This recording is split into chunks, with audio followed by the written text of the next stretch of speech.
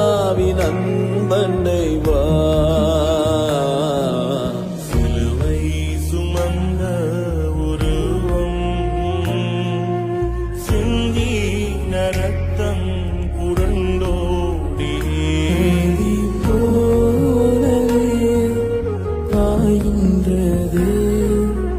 அந்த சிலுவையின் அண்டை நீங்கள் ஒவ்வொருவரையும் இழுத்துக் கொள்வீராக.